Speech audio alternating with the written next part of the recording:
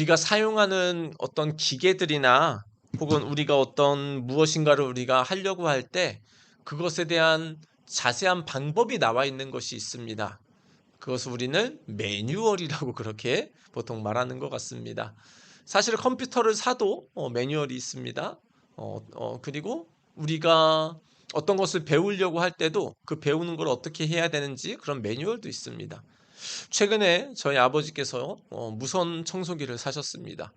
유선 청소기만 쓰고 사시다가 이제 무선 청소기가 좋은 걸 아버지가 아시고 이제 사셨는데, 저도 잘 몰라서 그것도 이제 매뉴얼을 보면서 또 조립도 하고 또 사용법도 익혀서 그렇게 했습니다. 그런데 이제는 다 알았다 싶어 가지고 이제는 뭐 그냥 사용하면 되겠다 싶어서 아버지가 사용하고 뭐 저도 이제 다 알고 있을 거라 생각했는데, 이제 청소기를 사용하다 보면 어떻게 되죠? 이제 꽉 차지 않습니까? 내용물이. 그 내용물이 차면은 그 내용물 이제 쓰레기들을 버려야 되는데, 아니 이게 잘 안 빠지는 거예요. 딱 보기에는 그냥 이렇게 누르면은 그냥 다 쏟아질 것 같은데 이상하게 뭘 해도 잘 안 되고 막 그래 가지고 결국은 제가 어떻게 어디로 갔을까요? 매뉴얼을 또 다시 보게 됐습니다. 매뉴얼에는 대체 그러면 이 쓰레기를 뺄 때 어떻게 하냐라고 살펴보니까 앞에 있는 먼저 그 어떤 긴 뭐 이렇게 있어요. 흡입하는 걸 먼저 빼고 그다음에 몸통 전체를 움직여서 이렇게 빼야지 그게 이렇게 쓰레기가 쏟아진다라는 걸 보고 또 그렇게 하니까 어떻게 되죠? 그렇게 되더라고요. 그래서 야 정말 내가 보는 걸로 다 알 거라고 생각했는데, 그리고 내가 다 안다고 생각했는데 사실 내가 이것도 모르네.'라는 거를 좀 느낀 적이 있는데요. 사실 오늘 말씀을 전하고자 하는 어떤 주제가 바로 이것입니다. 우리가 구원이라는 것에 대해서 어쩌면 참 많이 들었을 겁니다. 구원이 뭘까요? 나름대로 지금 다 각자 정의가 하실 겁니다. 구원은 뭐 이거다. 구원은 뭐 하나님과 이렇게 믿는 거다. 뭐 하나님과 바른 관계가 되는 거다. 다양한 것에 대해서 구원에 대해서 말씀을 하실 겁니다. 그리고 또 그렇게 경험을 하셨을 거고요. 근데 우리가 다시 한번 좀 생각해야 될 것은, 구원에 대해서 이야기할 때 우리는 어디를 통해서 구원을 정의를 해야 될까요? 우리의 신앙생활을 어떻게 해야 되는지 알려주는 바로 매뉴얼과 같은 성경 말씀을 통해서 구원을 우리가 봐야 되는 것입니다. 사실 세상 사람들도 구원을 얘기합니다. 그래서 많은 사람들이 구원을 받으려고 지금도 다양한 노력을 하지 않습니까? 어떤 분들은 불교에서 이렇게 구원을 얻으려고 하는 것이고, 어떤 사람은 이슬람교에서 구원을 얻으려고 하는 것이고, 어떤 사람은 또 다양한 어떤 이런 이제 미신을 통해서 또 구원을 얻으려고 하기도 합니다. 다 나름대로 구원이라는 이야기를 쓰면서 그렇게 살아가는데, 그럼에도 불구하고 우리는 그러면 진짜 구원에 대한 정의를 우리가 바르게 잡으려면 우리는 여전히 어디로 돌아가야 될까요? 바로 성경 말씀을 통해서 이 구원이 무엇인지를 더 정확하게 보고 우리가 확인하며 우리가 믿어야 될 것입니다. 그래서 오늘 우리 성도님들 함께 우리가 구원이라는 것들을 많이 들었는데, 그럼 우리의 생각과 기준을 우선 좀 잠시 다 내려놓고 오늘 로마서 10장에서 말씀하는, 성경에서 정확히 말씀하는 이 구원이 무엇인지 우리가 다시 한번 정의를 살펴보기를 하고요.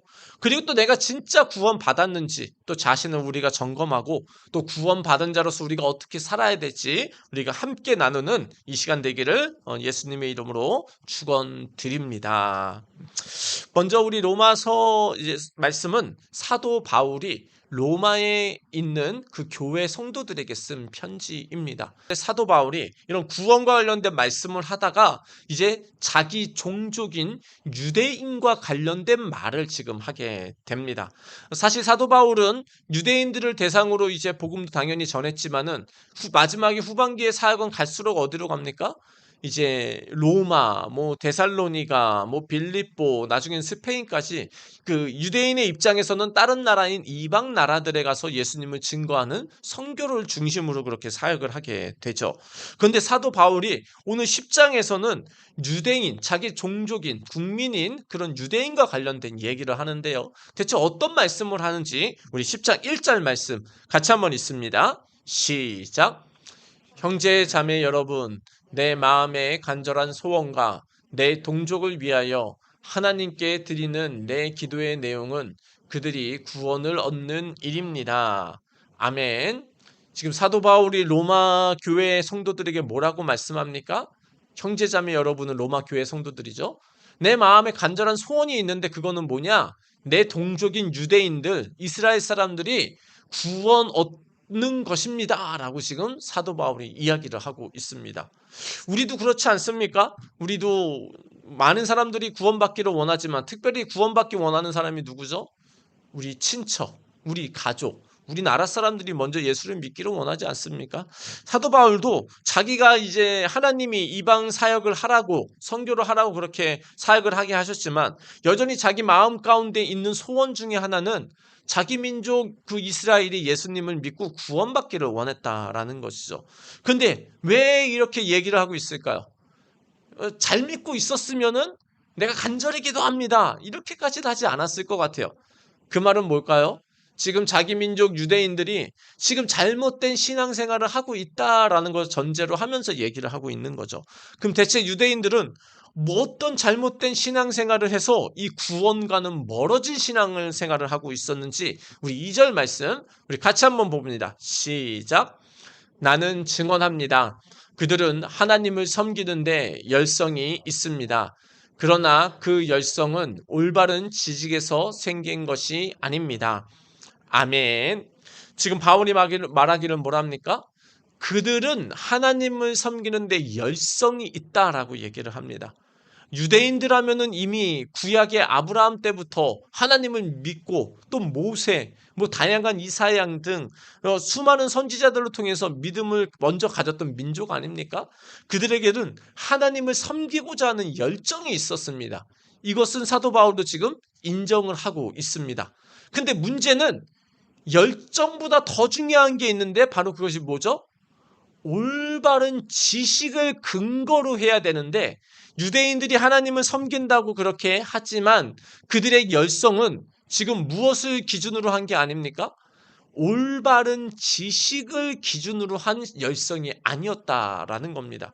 이게 지금 문제였다라고 하는 것이죠. 그러면 사도 바울이 지금 이야기하는 그들이 올바른 지식을 지금 따르지 않는다라는 것은 대체 그러면 무엇을 따르고 있었다라는 걸까요?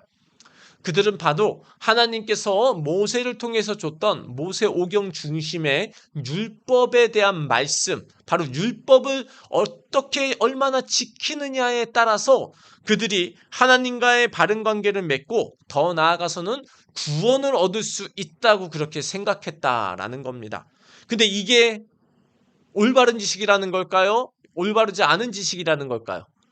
올바르지 않는 지식이라는 겁니다. 그러니까 율법을 내가 다 지켜서 구원을 얻는다. 이것이 사도 바울이 말하는 그들이 지금 잘못된 지식을 가진 거다라고 말씀을 하고 있습니다. 그럼 이렇게 질문할 수 있죠. 그럼 율법을 지키는 게 잘못된 건가요? 그럼 율법이 나쁜 건가요? 아니요. 그렇지 않습니다. 하지만 여전히 지금 사도 바울과 또 성경은 뭐라고 말씀합니까? 우리 로마서 9장 31절. 그런데 이스라엘은 의의 율법을 추구하였지만 그 율법에 이르지 못하였습니다. 같이 있습니다. 시작. 어찌하여 그렇게 되었습니까? 그들은 믿음에 근거하여 의에 이르려고 한 것이 아니라 행위에 근거하여 의에 이르려고 했기 때문입니다. 아멘.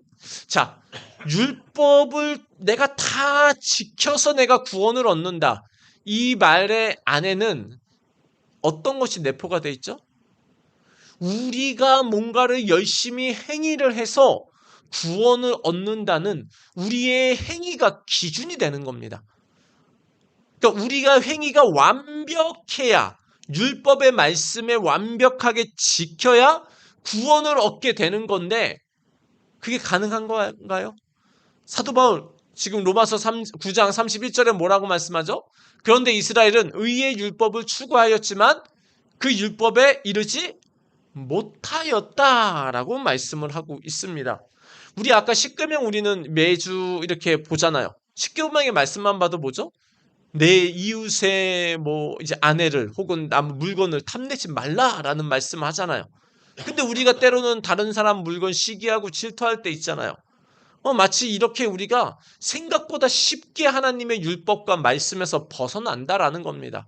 뭐 우리뿐만이 아니죠. 이스라엘 백성들도 마찬가지였는데 사도 바울이 지금 말씀하기를 율법을 완벽하게 지켜서 구원을 얻는 건 불가능하다. 그리고 너희들도 그렇게 못했다라고 얘기를 하면서 이 율법을 완전히 지켜서 구원받는 것이 바로 뭐다?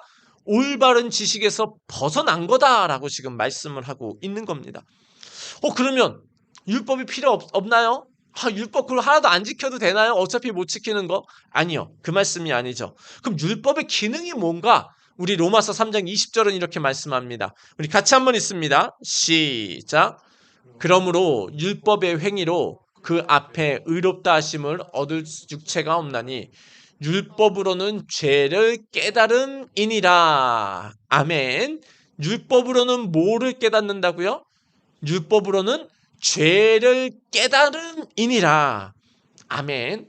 하나님이 모세를 통해서 주셨던 율법의 기능이 있습니다. 그것은 율법을 완벽하게 지켜서 구원을 얻어내라는 게 아니고 바로 우리가 하나님과의 바른 관계를 하려면 이런 말씀들을 지켜야 되는데 결국은 인간은 그걸 지킬 수 있다 없다?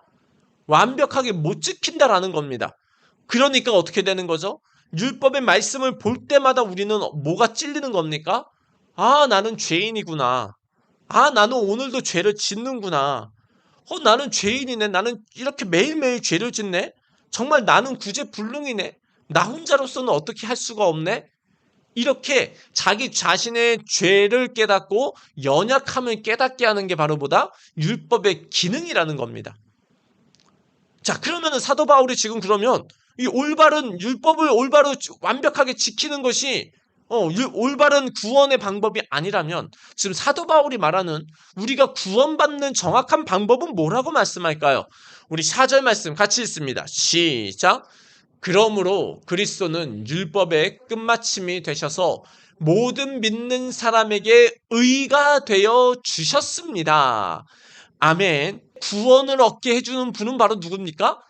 바로 예수 그리스도가 너희의 힘으로는 안 되니까 예수님이 이 땅에 오셔서 내 죄를 대신하여 십자가에 죽으심으로 내 죄를 용서하셔서 하나님 앞에 의가 되어 주셨다라고 말씀을 하는 겁니다. 그리고 그 예수님을 믿는 사람을 또 의롭다라고 그렇게 말씀해 주셔서 우리를 구원에 이르게 한다라고 지금 말씀을 하고 있는 겁니다. 의가 뭘까요? 의는 올바름을 말하는 겁니다. 그런데 사람마다 의를 가지고 있습니다. 근데 중요한 거는 구원에 있어서는 누구의 기준의 올바름의 기준으로 우리가 믿어야 되나요? 내 기준의 올바른 기준으로 내가 믿어야 구원을 받나요? 아니면 하나님이 정해주신 하나님 입장에서의 올바른 기준을 가지고 있어야 구원을 받을까요? 당연히 내 기준으로 잘못된 지식을 가지고 내가 구원을 얻기를 원한다면 그것은 우리가 구원에 이를 수가 없는 겁니다. 왜요? 그거는 하나님이 우리에게 주신 올바른 지식의 방법이 아니기 때문입니다. 인간의 노력으로는 율법의 행위로는 우리가 올바름을 가질 수가 없고 구원에 이룰 수가 없다라는 거 지금 사도 바울이 말을 하면서 지금 유대인들은 자신들이 가진 자기의 기준인 율법을 다 지켜서 우리가 구원을 받을 수 있다.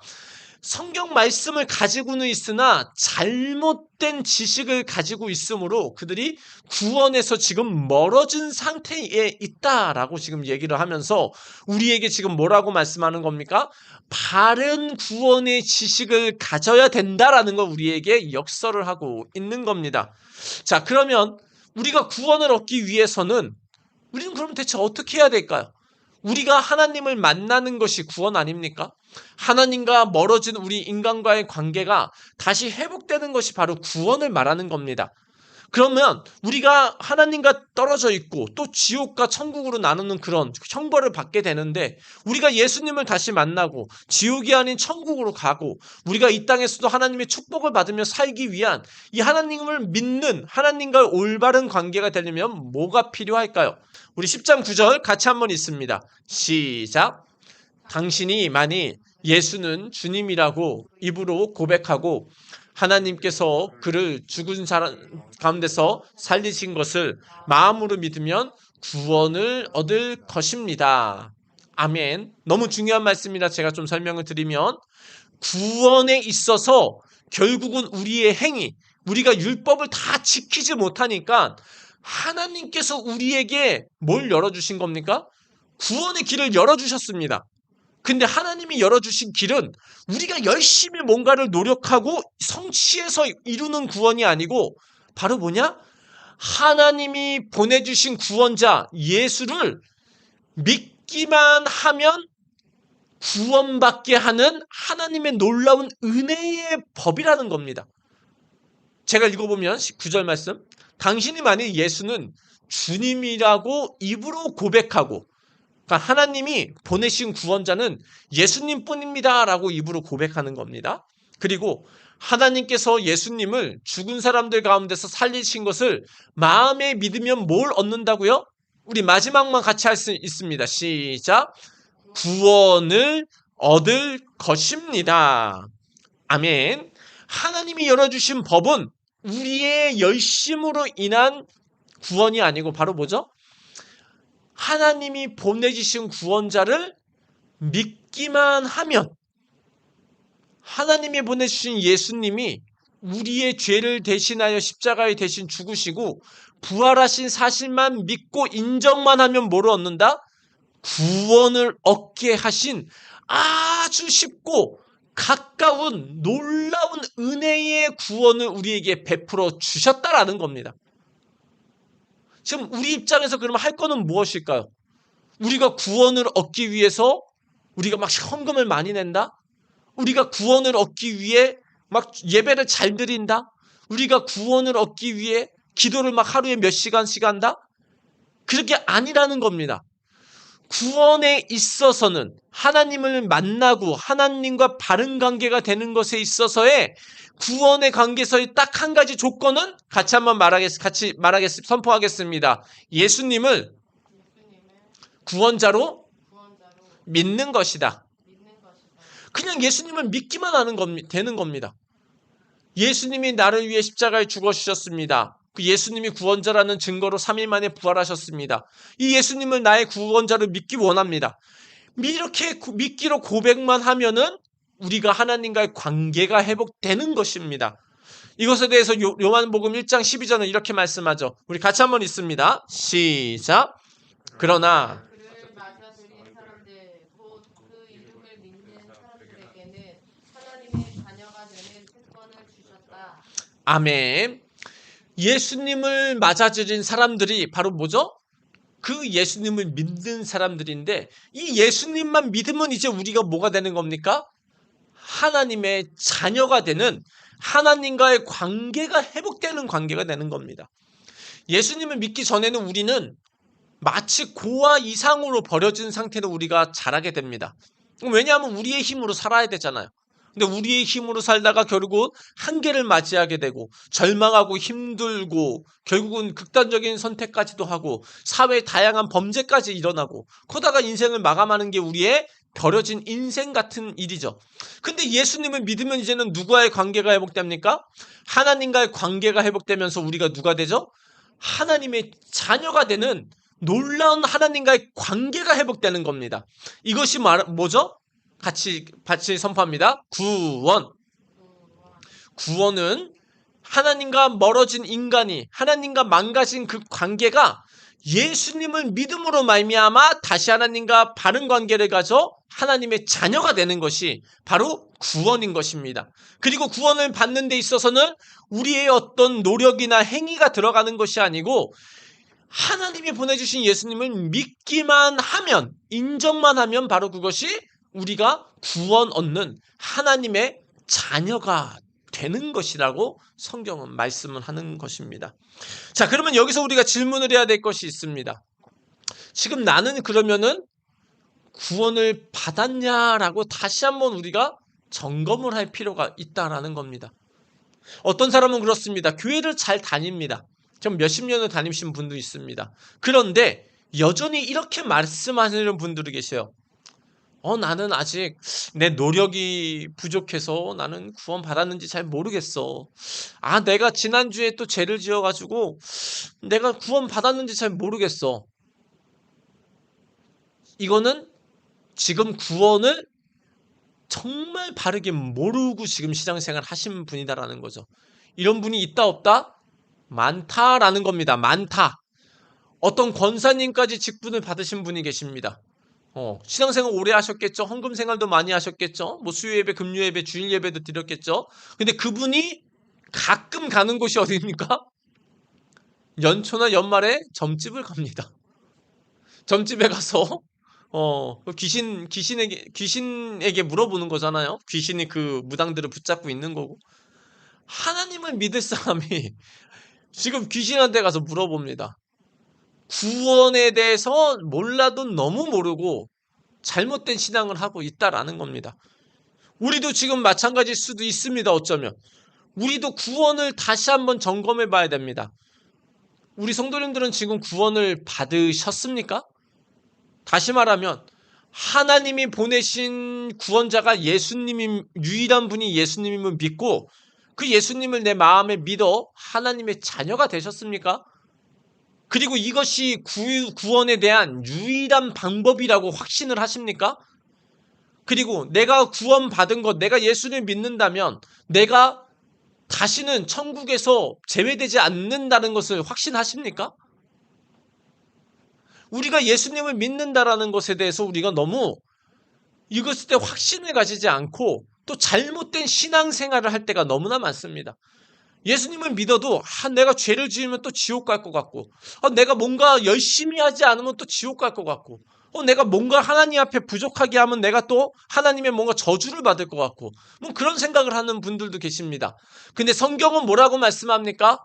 성경은 하나님이 보내주신 예수님을 믿기만 하면 우리가 하나님의 자녀가 된다라고 하고요. 이 하나님과의 자녀가 되는 관계는 절대 그 무엇도 끊을 수 없다라고 우리에게 말씀을 하는 겁니다. 그러면 나는 죄 지어도 되나요? 아니요. 이제 내가 예수님을 믿고 하나님의 십자가의 사랑으로 구원을 받았으니까 그 하나님의 사랑에 감동해서 우리가 주님을 의지해서 이제 죄를 싸워 이기는 겁니다. 그 은혜에 감격해서 감사해서 우리가 살아가는 겁니다. 그리고 하나님의 축복을 받기 위해서 우리가 죄를 회개하고 죄와 싸워 이기는 겁니다. 그리고 또 우리가 그러면은 우리가 헌금 안 해도 되나요? 주일 예배 안 드려도 되나요? 아니요. 그 말이 아닌 거죠. 내가 받을 수 없는 구원을 하나님의 사랑과 은혜로 내가 받았기 때문에 그냥 믿기만 하면 구원을 받는 이 놀라운 사랑을 내가 받았기 때문에 이제는 내가 감사해서 더욱더 주님을 예배드리며 찬양하는 겁니다.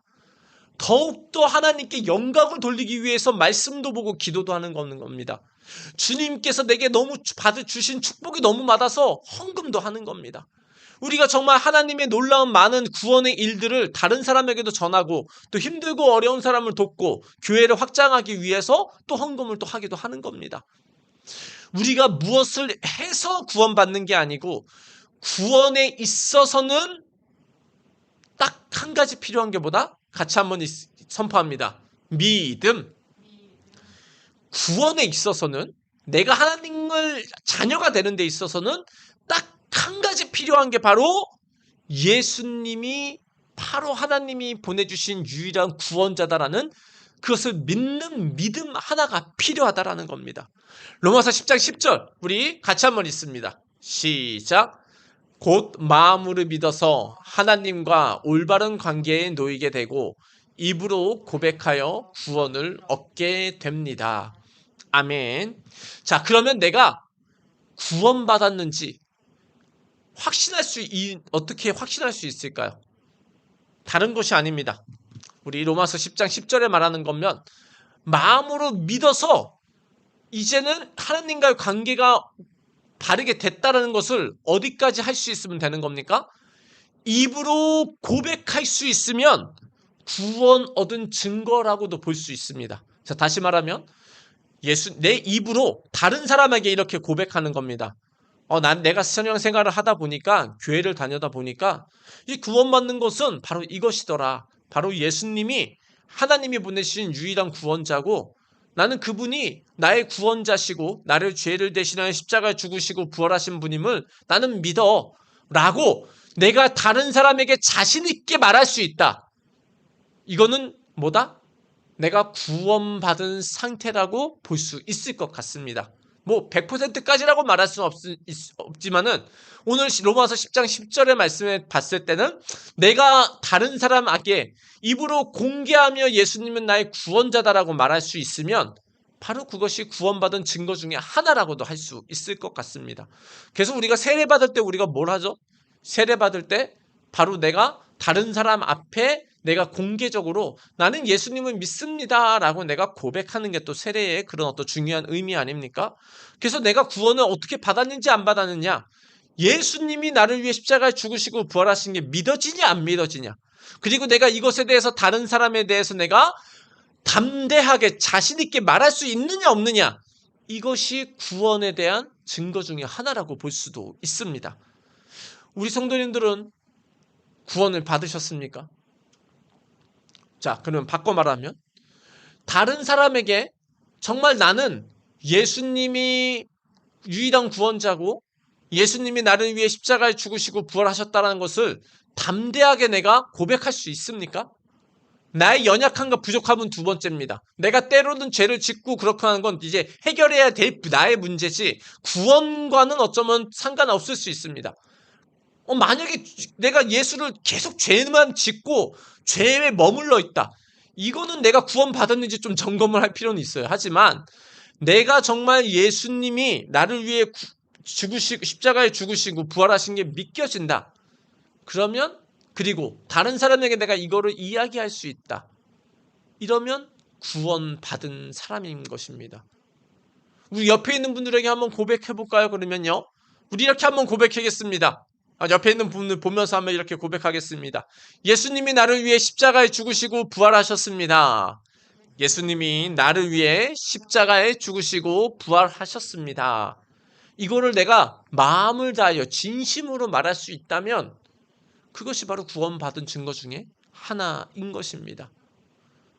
자, 그러면 우리 성도님들 정말 구원을 안 받으셨다면 정말 꼭 저에게 예배 시간이 끝나고 나서 내가 구원을 받은 것에 대해서 내가 확신을 못하겠다, 꼭 알려주셔야 됩니다.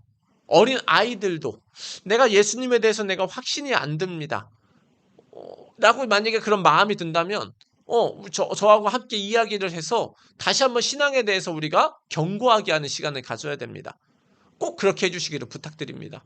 왜냐하면 내가 예수를 믿지 않고 구원받은 상태가 아닌 상태에서 예배를 드리는 거는, 그리고 신앙생활하는 건 그냥 다 짐이 됩니다.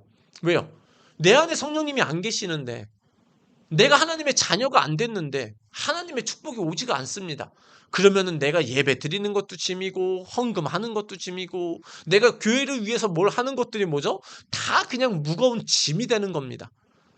그러면 내가 예수님을 믿었으면은 이제는 우리가 어떻게 신앙생활하면 좋을까요? 신앙생활을 갖다가 어떤 분들은 이렇게 생각합니다. 내가 뭔가를 계속 해야 된다. 그 마음에 감동이 있으시면 하면 돼요. 그런데 신앙생활의 본질은 내가 뭘 하는 게 아니고 먼저 이것부터 하는 겁니다. 우리 마태복음 11장 28절 29절 같이 한번 읽습니다. 시작. 수고하고 무거운 짐을 진 사람은 모두 내게로 오너라. 내가 너희를 쉬게 하겠다. 마음이 온유하고 겸손하니 내 멍에를 메고 나한테 배워라. 그리하면 너희는 마음의 쉼을 얻을 것이다. 아멘. 예수님께서 말씀하십니다. 수고하고 무거운 짐을 진 사람은 모두 누구에게 오라? 내게로 오라. 내가 여기서 예수님을 말하는 거죠. 내가 너희를 쉬게 하겠다. 신앙생활은 내가 뭘 하는 게 아니고 노력하는 게 이전에 내 짐을 누구에게 맡기는 겁니까? 예수님께 계속 맡기는 겁니다. 내 스트레스를 예수님께 맡기는 겁니다. 우리 자녀의 문제를 예수님께 맡기는 겁니다. 우리 가정의 문제를 예수님께 맡기는 겁니다. 내 건강의 문제를 예수님께 맡기는 겁니다. 내가 해결할 수 없는 어떤 경제적인 문제와 다양한 문제들이 예수님께 계속 맡기는 겁니다. 예수님, 나 이게 힘들어요. 예수님 도와주세요. 예수님, 우리 자녀를 책임져 주세요. 도와주세요. 하나님, 제가 말을 안 듣습니다. 어떻게 해야 됩니까? 예수님 도와주세요. 하나님, 내가 사업을 할 수 있고 직업을 가질 수 있는 은혜를 허락해 주세요. 내가 계속 예수님께 뭐라는 거죠? 계속 맡기는 겁니다. 계속 맡기는 것이 바로 다른 것이 아니라 우리의 신앙 생활이고요. 계속 이렇게 맡기다 보면 어떻게 되죠? 하나님의 은혜를 우리가 경험하게 되는 겁니다. 우리가 예수님께 계속 맡기다 보면 어떤 일이 일어납니까? 우리 마태복음 11장 우리 29절만 다시 한번 같이 읽습니다. 시작. 나는 마음이 온유하고 겸손하니 내 멍에를 메고 나한테 배워라. 그리하면 너희는 마음의 쉼을 얻을 것이다. 아멘. 자, 이건 무슨 말씀이냐? 하나님께서 내 짐을 같이 들어주신다라는 겁니다. 내가 짐을 질 게 없다라는 게 아니에요. 내가 예수님을 믿고 이제 구원을 받았습니다. 그리고 내 짐, 힘들고 어려운 문제들을 계속 주님께 맡기면은 누가 그걸 대신 같이 들어주신다? 예수님이 내 짐을 같이 들어주셔서 함께 가는 겁니다.